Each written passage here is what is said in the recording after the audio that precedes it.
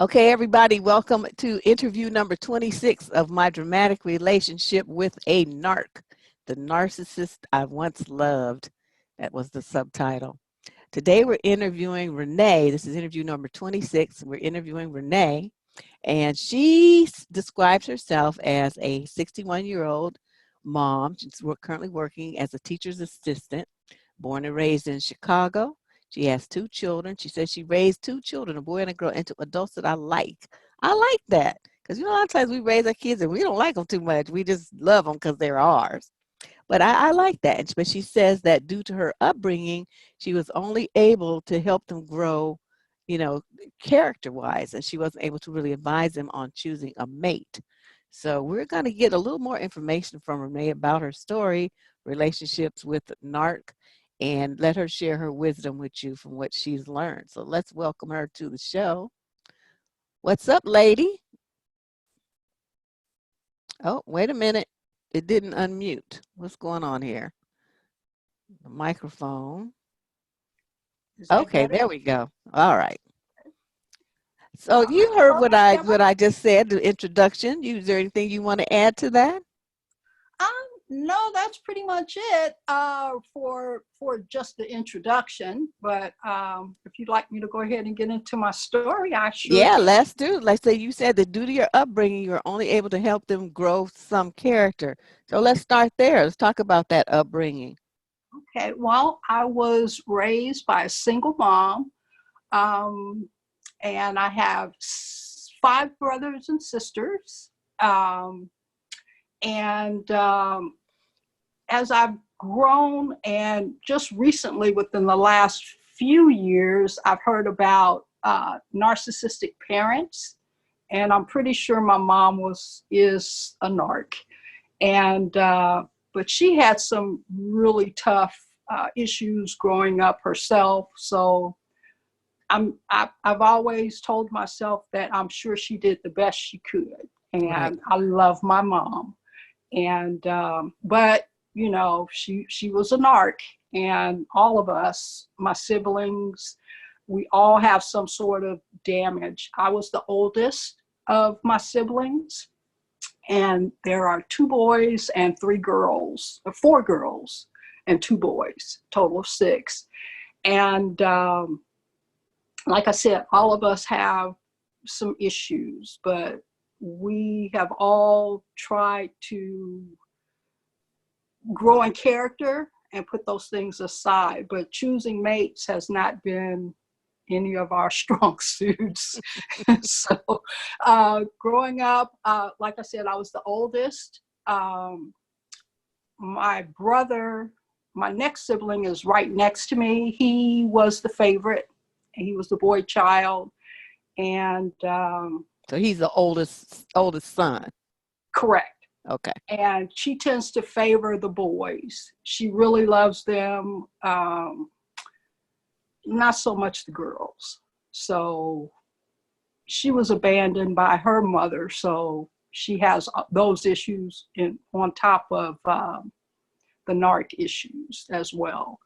So I was the oldest child. So I cooked and cleaned and basically became the surrogate mom to my siblings.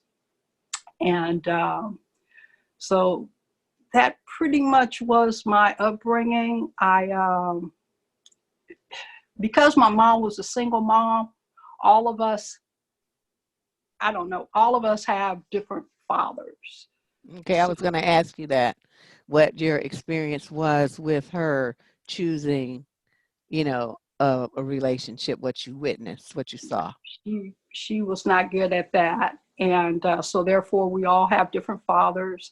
I was molested when I was a child. So. By one of those fathers? Correct. Okay. Correct.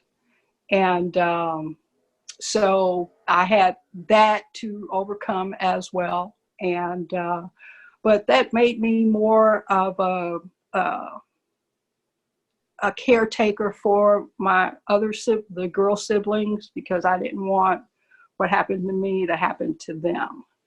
So she finally left that relationship, and Um, Now, that was pretty she much was made it. aware of what this individual was doing to you while it was happening, or not until No, after? no, until after.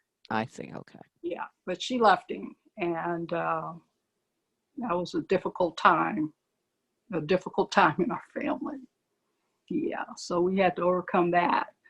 Um, but I don't know, once I got pretty much all of my siblings, once they got to be grown, 18, everybody was out. Everybody was out. It's like deuces. Shut them deuces and we're I understand. out. So, but you know, I had a few trials, and it was not easy to date. Once I became a teenager and started dating, I don't know, I had the attitude, and you reminded me of my early self. I said, man, this lady, when I first found you on YouTube, man, this lady was me when I was a teenager. I mean, guys, I don't care what they said to me. I was not having any of it. Show me, otherwise hit the door. I mean, Yes. if it wasn't something in it for me, I didn't want to have no parts of it. But then I guess my, I don't know what you call it, my pathology kicked in, and I was a teenage unwed mom. Um, So about how old were you when you noticed that change in yourself? um, I don't even, it was after I got pregnant and had my child. That's when it changed. And I don't know why that was. I don't know. I guess because I felt like my attitude wasn't working for me, so I needed to change it. Mm, Because I got okay. pregnant. And so I thought, no, this isn't working for me. Obviously, I needed a mind shift. So I shifted to not a very good way for me to think. So How much of your thought process do you think were influenced by the examples your mom set? probably a lot, because that's why I said I think that's when my pathology kicked in at that point, because I thought the way I was thinking wasn't working for me, because obviously I'm a teenage mom. Something needs to change. So I think once I got those thoughts in my head, that's when I think my pathology kicked in, and I went with basically what I saw, not making good choices like my mom made. So, Okay. yeah. But So I was I'm taking 17 that. when I got pregnant, Okay. and I knew I didn't want to be with the father. He was a little bit older. But he wasn't my first narc, or maybe he was. I wasn't aware of narcissistic traits. Um, but he thought if he got me pregnant, I would stay with him because I was on my way to college. And he knew once I was in college, he was getting the Mm-hmm. deuces too. And so he told me later, got me pregnant so that I would be tied to him forever. I wrote an article about that. I know. On that because the baby mama okey doke. They always do that. They Some do. young girl on her, on her grind, about to fly. They About want to to, they fly. want to just break you and bring you down. And I wish more parents would, explain that to their daughters and be open and honest with them about it. You're going to become a target. And this is what these guys are going to try to do to you. You have to protect yourself. Don't be trying to fall in love and thinking, oh my God, we're going to be together forever. You got to give these girls some tools. I hate Right. that happened to you, girl. Ugh. Yeah, I know. I hated it too. And I thought I was on my way to the abortion clinic because I didn't want his baby. I didn't want no babies tying me down, but I just couldn't do it. I just couldn't. So his mother offered to take her and raise her. But I'm looking at her son and I'm thinking, no, thank you. Like, lady, you don't have a good track record. Not at all. So I couldn't entrust my baby with her. So I, I I went on to college. I didn't stay very long. I met someone that wanted to marry me. So, and I was thinking I was damaged goods after I had my child. No, Oh, I know. Just I didn't have anybody to talk to. I didn't know. So, I'm thinking, okay, my worth has gone down because before I was, gung ho, getting ready to conquer the world. I was going to put the world in my pocketbook. And I just felt like I was damaged. So this guy wanted to marry me. He was a nice guy, but we got married for all the wrong reasons. We were young. how old was he? He was about 4 years older than me. I was 18 and he was about 22, Oh, 21. kids. I don't Okay. remember. Yeah, we were both kids. He didn't know. But we got married. He really loved someone else. He just was a nice guy. And that didn't work. There was violence in that relationship and all kinds of stuff because just a lot of stuff I wasn't having. And I was young, I didn't know. And I had seen violence growing up. Right. So, I mean, so that didn't last very long. I think we stayed together maybe about a year. I lived my life. I was working, trying to go to school. I didn't finish school. Life got in the way, and I wanted to focus on my child because I knew I came from such a dysfunctional family. I wanted to do better by my daughter. Good for you. So I worked and I really focused on trying to raise her not to be the things that I probably was. didn't really know what to put a name on it to call it or anything. But I did pretty good. I did pretty good with her. She's intelligent. She graduated from Southern Methodist University about 4 years ago. And she is just doing it. She's doing it in this world. Good for her. And she's a nice person. I like her.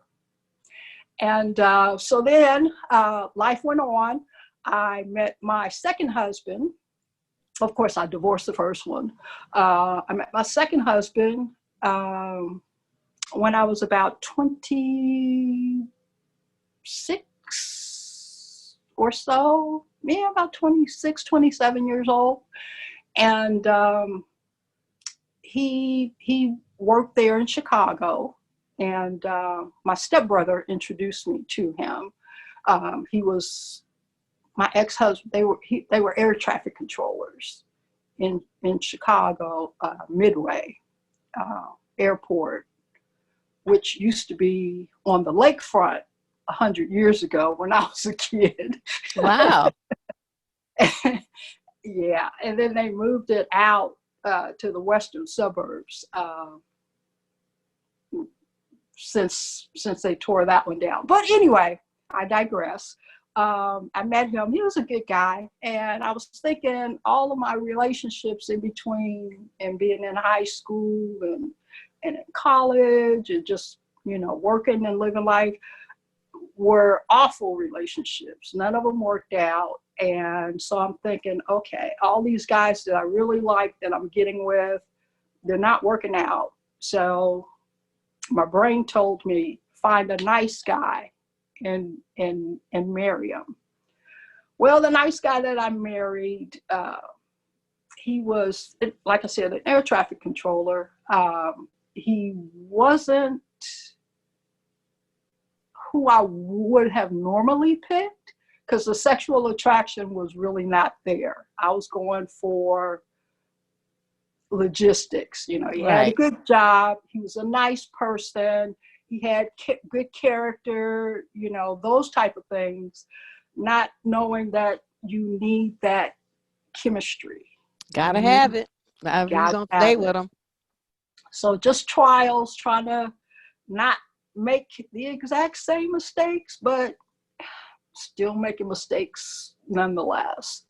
So we were married almost 10 years, and he's the father of my youngest son, and my children are 10 years apart. So there's that. And he ended up cheating, which my first husband did as well. And but these aren't even the narcs. Wait, these aren't the narcs yet? No, ma'am. I met the narc when I was 60. No, I was in my 50s. I was about 52. It was 2010 when I met him. And maybe the other ones had narcissistic tendencies before that, but this one really was a narc. Well, the cheating is definitely, you know, a sign. Yeah. Okay. Because they're looking for that. They're looking for something, you know, and they feel like they deserve it. And you aren't giving it to me, or you're not giving me enough, or you're not giving it to me the way I want, the frequency I want, whatever. And so they feel like they have the right to go and get this imaginary need met by someone else. And those are definitely narc tendencies. Okay. So you just didn't know that's what it was yet. Right, possibly. And so I met the narc in 2010, and he was a pastor. I did not meet him at Lord church. Have mercy. The pastor. Oh, okay. I know where this is going. Okay. You do. I'm sitting down. You do. And so 2010, I was on my way to a jazz concert in the park. And so that concert was in the evening. So I'm out in the daytime. I'm running around doing errands and gassing up the car, washing the car, getting the tune up, or whatever it was I was doing, picking up groceries, because this was a Saturday morning. And he saw me in Walmart. I didn't see him, but he finally found me out in the parking lot and introduced himself. Told me he was a pastor of a small church, and he was passing out flyers. He wanted me to come to a series of, meetings. He had a guest pastor coming in, and he wanted me to come. And he says, but I really don't want you to become a member of my church. I'm really interested in dating you more so than, you know. And so I'm like, that's a novel approach, because I've been approached by pastors. Actually, my 2 ex-husbands were ordained ministers. Oh, boy. I know, right? Creepy. They keep finding me.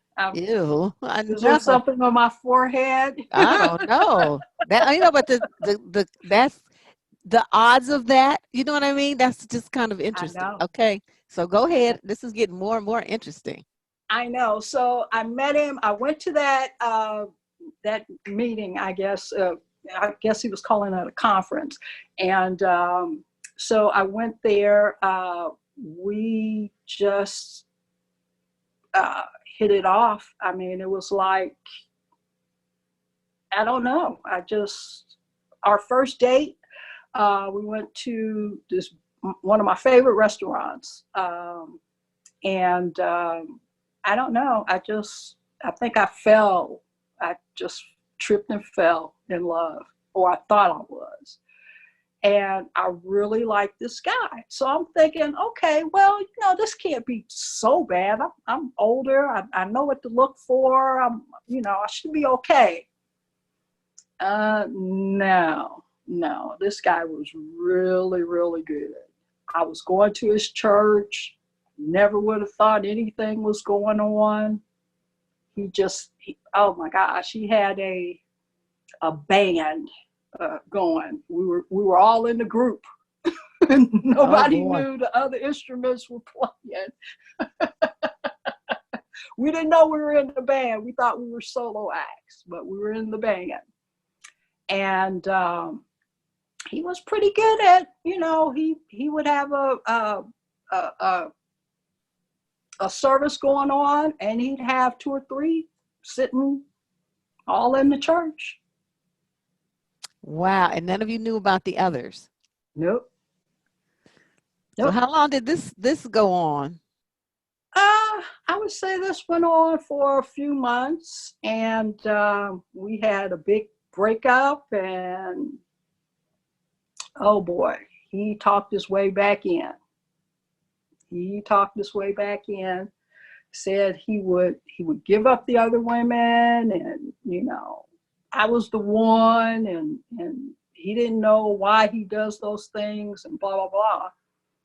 So that went on and off for, actually that went on for about 3 more months, 3 to 6 more months. I can't remember exactly how long, but then it came to a head. I found out he was still seeing all of these women. Basically what he had done was called them all up, told them the same story he told me, and went right back to things as normal. Dude. I know. He was really good. So anyway, meantime, we found out about each other again, because one of them called me, and we got on the phone, and this was it.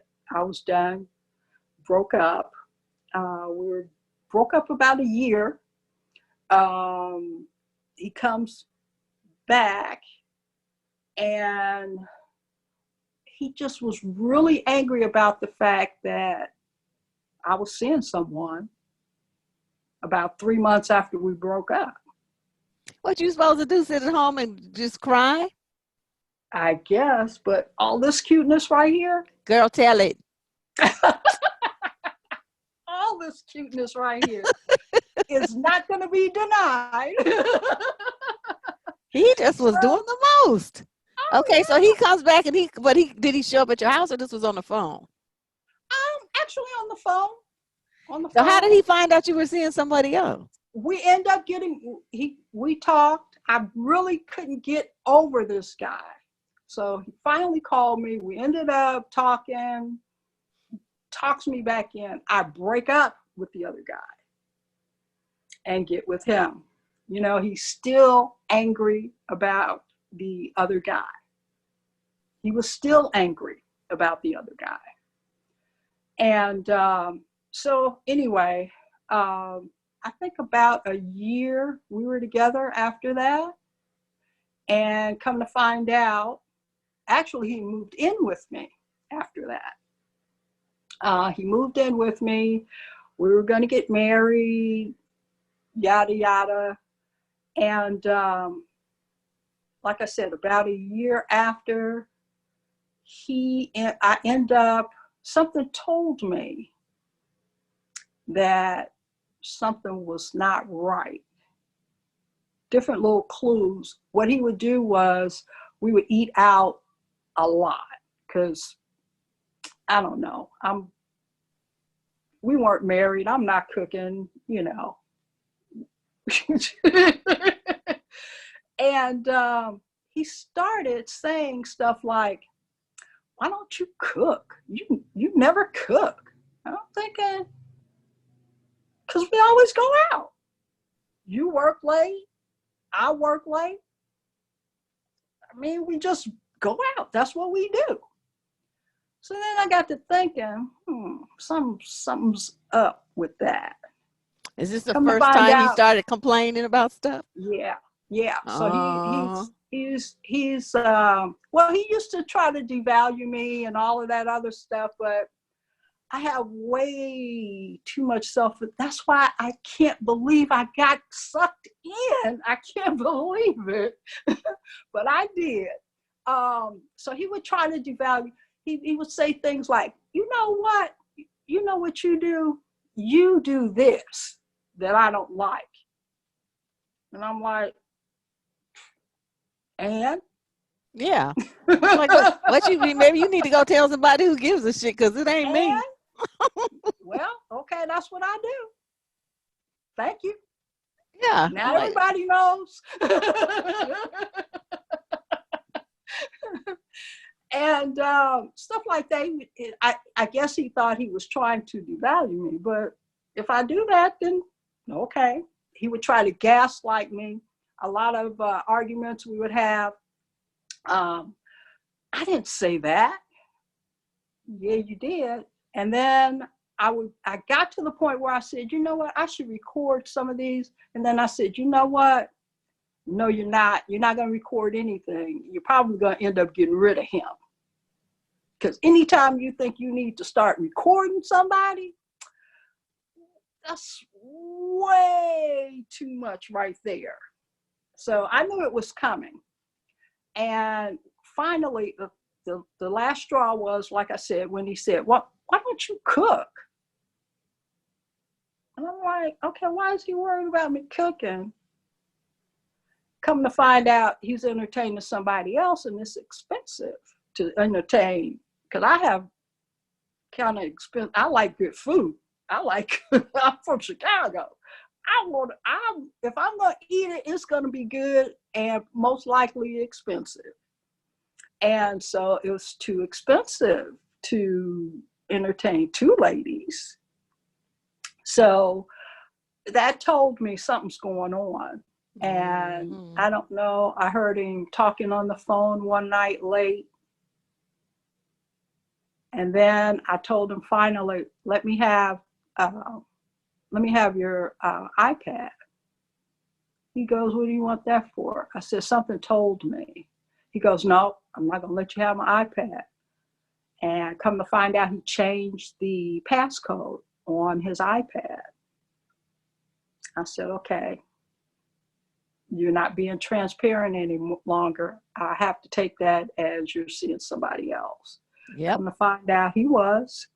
And so I guess he thought that, because one of my rules is, if you have somebody else, you're not going to have me either. So that's on you. If you want to be with me, I'm it. I don't. What's bothering me about him is, okay, you know this is your behavior. Why would you want to come and move in with her knowing how it's going to end? Because you can't seem to stop doing what you're doing. Exactly. You know, that's just to keep you on the hook longer and give you like what I call a shut up ring, but he's giving you a shut up move in. Right. And so, and I wasn't that interested in getting married. I'm let's face it, I was in my 50s. I'm not trying to, my retirement. That's not too old to get married. Well, I am. My retirement plan is only for one. It doesn't include anybody else. I don't want to be anybody's nurse. He had some issues going on. He had diabetes. He was the same age as I was, though, actually, just a few months older. We were born in the same year. But he was starting to break down. And oh, heck no. I'm going to be 62 in December, and I take excellent care of myself. So he was starting to break down, and I'm looking at that too, and I'm thinking, I'm not the one. Yeah, buddy. So when this happened, I guess he thought I was gonna, I don't know what he thought I was gonna do. But let me tell you what I did. I went out like a G.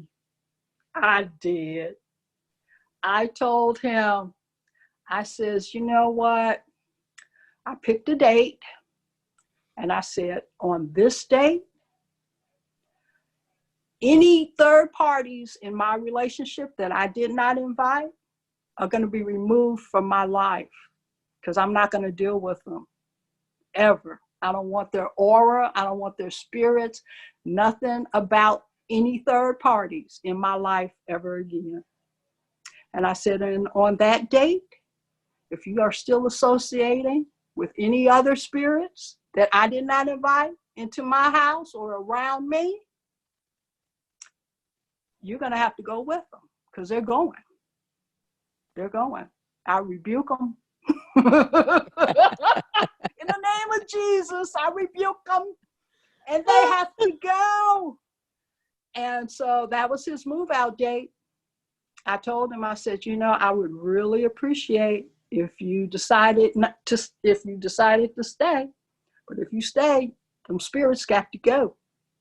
So, oh, you're going to give me an ultimatum. I don't care what you call it. I don't care how you frost what's it. going to happen on this date. All of it's going out. All of it out of my life. So, and, you know, I've talked to other guys about that since then, and they're like, oh, you gave him an ultimatum. And I'm like, well, what did he give me? Didn't he give me one? I think so. But you're not supposed, wait, okay, so an ultimatum is basically you setting up some boundaries. That's not an ultimatum. It's just you set a boundary and said, this is what I want by this date. Now he had a choice. That's not an ultimatum. Exactly. An ultimatum is you do this or else. So it was the kind of thing, like you said, you know, he's perfectly fine doing, he had a choice to do whatever he wanted to do. And he chose that. So I was like, that's fine. That's exactly how I saw it. I mean, you can't make an adult person do anything. Actually, you can't even make a 2-year-old do anything. Mm-mm. You have to convince a 2-year-old to do it the way you said to do it. So how are you going to make a grown person do anything that they don't want to do? Right. Grown people do what they want to do. Every day.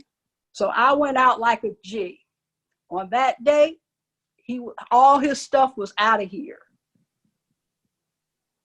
And he was gone. Did he try to come back? Oh, yeah. He tried to come back. Actually, he tried to come back. He came over. He sat on the couch. And I asked him, I says, are you dating someone? And he told me something that he had told me years into me knowing him. He said his son told him that he just needs to stop trying to just be in a relationship with one person. And his son told him this when the son was like 12 years old. And that's what he told me while we were sitting on the couch. And I told myself, I said, you know what? I came in on that part in this movie. I'm out. So I told him, I said, you need to go. You need to go. Goodbye. And he has not been, well, he hasn't been back in my house, or have I talked to him since. And just recently, I would say last month in April, I saw him in a new truck parked across the street at my neighbor's, talking to one of my neighbors. Yeah. So my son laughed at me when I told him. And my son said, yeah, he's trying to get back in there, Mom. And I said, no, he's not. He goes, yeah, Mom, he's trying to get back in there. I said, no, he isn't. I don't know what he's doing, but he's not trying to get back in here, because that's not going to happen. God, what a knucklehead. I know. But all the things that I've ever heard you say about narcs, he tried it. I mean, he would be, if you ever told him anything about himself, not criticizing, but like, you know, if he tells you something is going on and you make a suggestion, what? I can't do my job. How dare you? And he would just bust into this rage.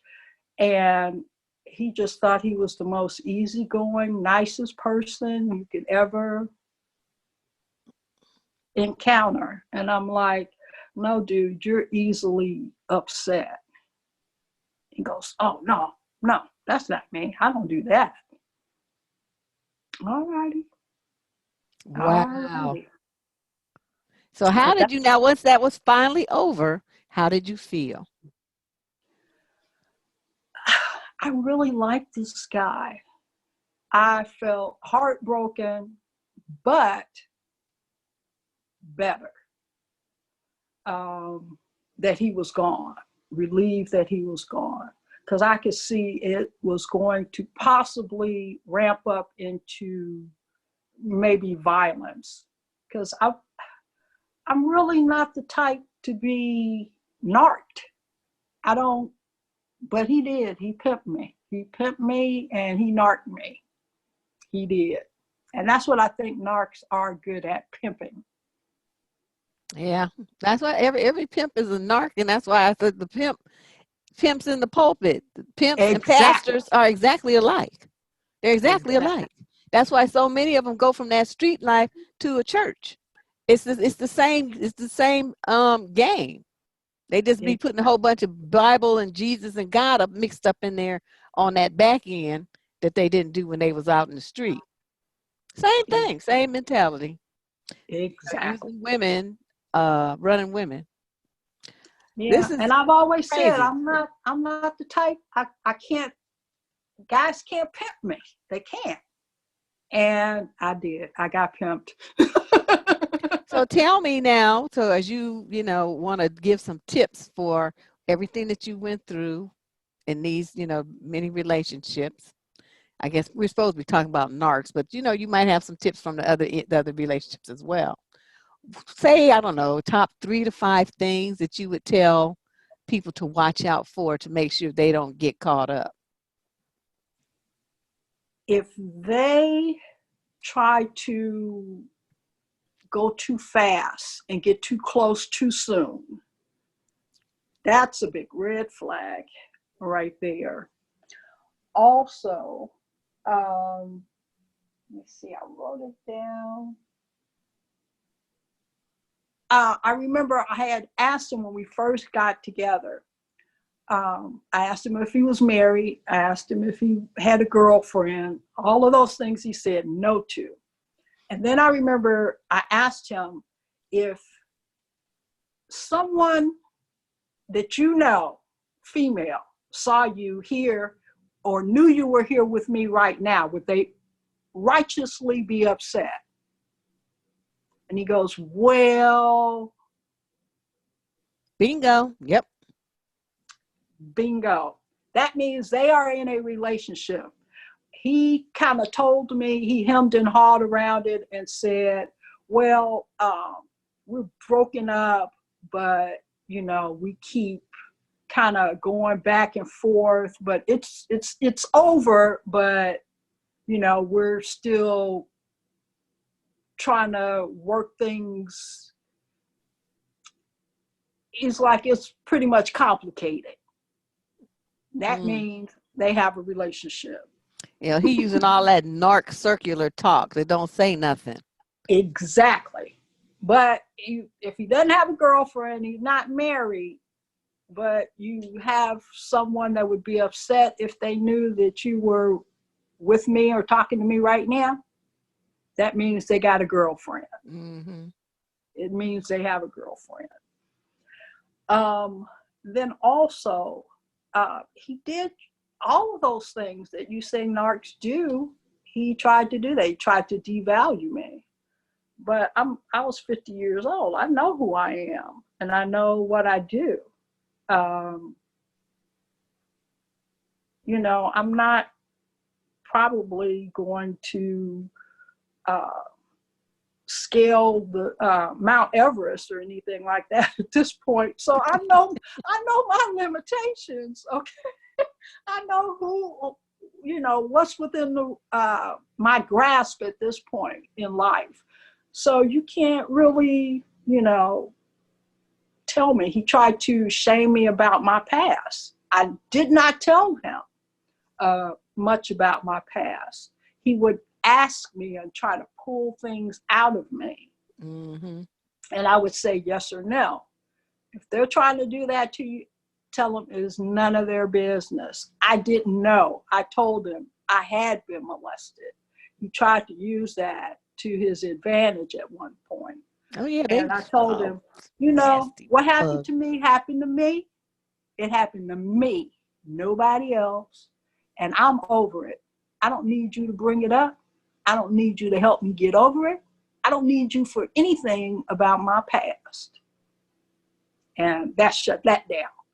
But I mean, stuff like that, it's just amazing. Don't let them use you as a weapon against you. Any insecurities that you have, suck them up. If he has to bring it up and try to tell you about some insecurity that you have, own it.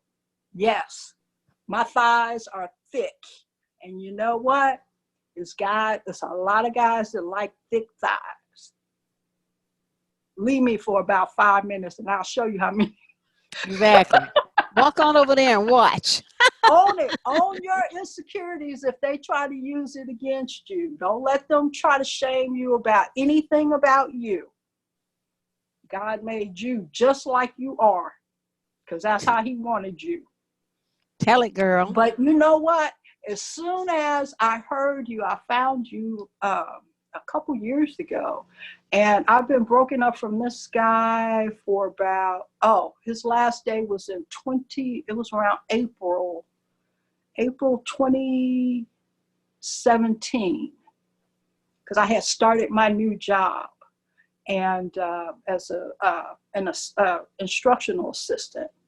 And I was going to need him because my salary was going to drop because the position doesn't pay very much.